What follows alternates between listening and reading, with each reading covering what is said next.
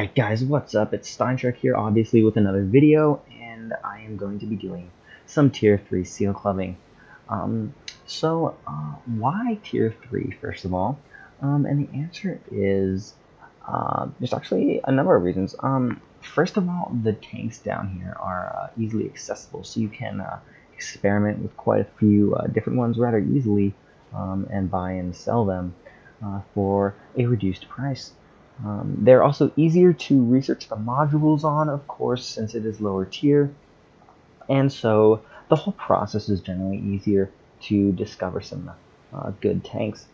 Another reason is that the people in these battles usually don't have too much experience, so you can generally use your experience to greater effect because they will be just generally not as good.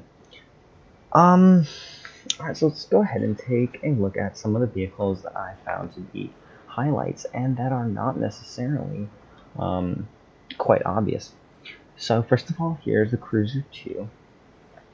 And I mean, this looks like a pretty normal British tank, right? I mean, not too good of armor at all, of course. I mean, this is Tier 3, you're not going to be expecting too much from that or hit points.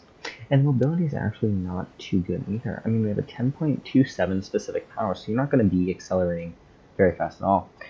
It does have a 40 kilometer per hour top speed, but you're not going to reach that very much at all. The one good thing that really makes this an absolute monster is the firepower on this tank. This gun is the 3.7 inch howitzer, and it's actually a Tier 5 gun. It's been brought down into Tier 3 games. And of course, the dispersion and aim time are not going to be good at all. But this damage here is incredible. It's enough to one-shot Tier 3 and below any tank. And with this 47 pen, it might not seem like much, but that can pen nearly every Tier 3 and below. And even if you don't pen, you're going to be doing some significant damage. It does have a very low rate of fire, but overall I think this tank is pretty good. Now, a second one I found, the SU-26. Now, you must be thinking, what is he doing? This is an artillery tank, and yes, it is an artillery tank, but it is a great tank. So wargaming balances artilleries by, in lower tiers, by making their aim time less. The dispersion, I mean, it's average, and their reload time is also less. So even in Tier 5 games, this can be a real killer if you can use this well. I mean, I don't even have a full crew, and this already is pretty troll due to its pretty good stats. And the last one is this BT7 artillery, and this was a gift tank from about last year Christmas, I think. I'm not sure, correct me if I'm wrong, but you know, quite a few people always play these gift tanks and then, you know, just fades away. But this I have found to be really well. And similar to the Cruiser 2, it has that, you know, it's a BT7 artillery, so it's going to have that Derp gun. I think it's 75mm, 76mm. And it has quite a faster reload time. But it's not going to be doing as much damage. But it's just a different playstyle. This thing also does, however, I mean, yeah, it obviously doesn't have too many armor characteristics that are good, and but the good thing about this is the mobility. It's a 37 specific power, which is absolutely amazing, and the top speed on this is very good, and it does have a higher traverse speed. So these are the 3 Tier 3s that I have picked out to show you guys, and so let's go ahead and test them out in battle. Alright, so here we are in that first tank, the Cruiser 2. We have our Derp gun, and we are in Heimersdorf, which makes for the perfect combination. We can do some great peekabooning with this tank. We are top tier, so we will be seeing some pens of this Derp gun against most opponents, and you know, it can really just crush competition. So of course the alley is a very popular place. We see quite a few enemy tanks. Now we stay behind this little, I don't know what you call that, cover, because we can do some really good indirect fire.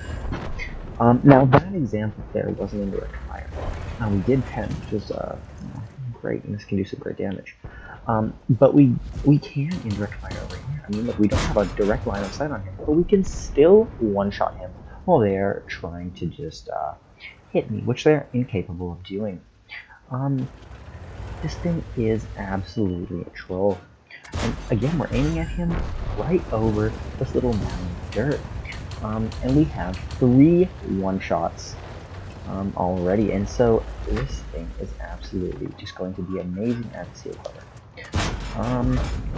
We do almost miss that cruiser too, so you're gonna have to watch out, especially with that range, engaging in this tank, because you will be missing some shots, and as the enemy tanks get further and further away, it's going to be more and more difficult to hit them. So yeah, first thing we have here is that Colby. We see that SU-28, and he is about 300 meters away, but we're still able to hit him. But do not count on this accuracy being reliable.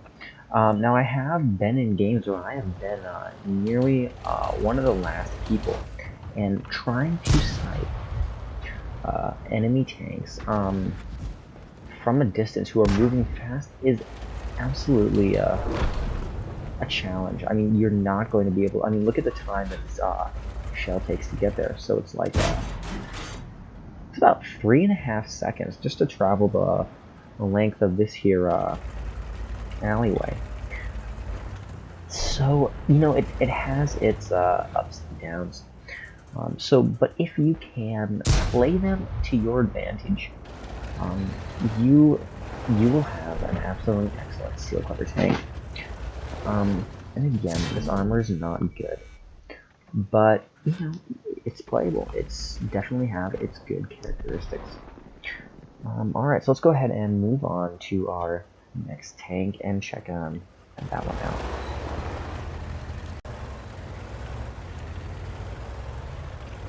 Alrighty guys, so here we are in our SU-26, again tier 3, but this time it is an SPG. I'm actually in a battle right now. This is not a recording, so I can't guarantee anything. However, this thing will be performing the same, and I'll be able to show you the good qualities that it has. So like I said, it has a very quick aim time. And this is because World of Tanks, Wargaming, is going to compensate for the speed of those lower tier tanks. And they do this by having quite the fast reload time, even without that high crew training rate. And it does, I mean, look at that, this thing can hit without being aimed on very well at all. It does miss shots, but that 7-second reload will allow you to hit the enemy over and over quite often. And that quick reload time is just about the time of the aim time. So it fits pretty perfectly. And you can even hit up to, you know, those tier 5 players. You will be bouncing, I mean, like that right there. But for the most part, it's perfectly tracked. For the most part, you can be, you know, doing some damage and helping your team, even on being that lower tier.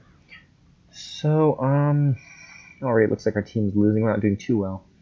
But that is overall, I would say, the good characteristics about this. Oh, you know, also, this thing has an incredibly long range that you can fire it. I mean, I can hit all the way into the corner of this map, and I know I'm arty's like my grill. That the tier 5 German artillery doesn't even have comparable range to this. It's well, it does take quite a while to get here. but it doesn't even have a comparable range. I mean, this isn't even limited by the map size. I mean, it is, because you can hit past the boundaries. They just don't let you do that. But this can be quite the killer in the hands of an experienced player. And also, one more thing, it does have turret.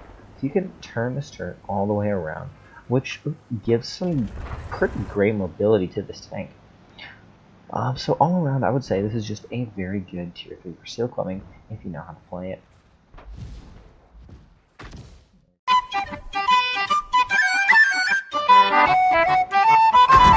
It's the dream.